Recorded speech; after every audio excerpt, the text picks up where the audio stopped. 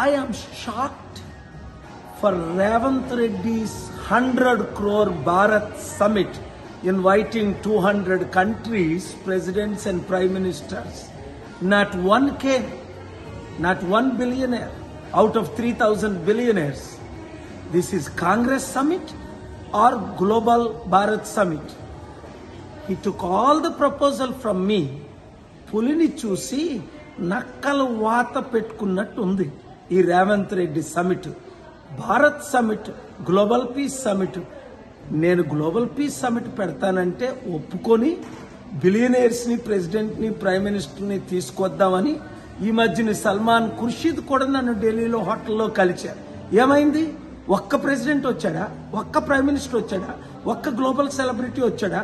3,000 మంది బిలియనీర్లో ఒక్క బిలియనీర్ వచ్చాడా? ఒక్క కంపెనీ వచ్చిందా? అంటే వీళ్ళు కాంగ్రెస్ షో చేసుకోవడం. కాంగ్రెస్ సమిట్ అని పెట్టుకొని కొలంబియా నుంచట, అర్జెంటీనా నుంచట ఎప్పుడో ఫార్మర్ మినిస్టర్లు. ఎంత సిగ్గుచేటు! రాష్ట్రాన్ని సర్వనాశనం చేసి దేశాన్ని సర్వనాశనం చేసేసిన సమిట్ ఇది, ఈ భారత్ సమిట్. పేరుకి భారత్, ఒక్కడు భరతుడు రాలేదు. ఇప్పటికైనా రేవంత్ రెడ్డి బుద్ధి తెచ్చుకుంటే ఇక్కడ టర్కీలో ఎలాంటి సమిట్ పెట్టావు?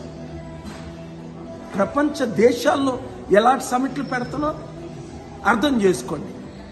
మార్పు రావాలి, ఆ మార్పు మనమే తేవాలి. ఉగ్రవాదులు జమ్మూ కాశ్మీర్లో ఎంత ఘోరంగా నువ్వు హిందూ చంపడిశారు. కనుక శాంతి రావాలన్నా, గ్లోబల్ పీస్ రావాలన్నా, ఇన్వెస్ట్మెంట్స్ రావాలన్నా, పాలన రావాలి, పాలన మారాలి. మీ అందరూ కమిటీలు వేయాలి. Thank you very much. ఈ వీడియో అందరికీ షేర్ చేయండి. God bless you.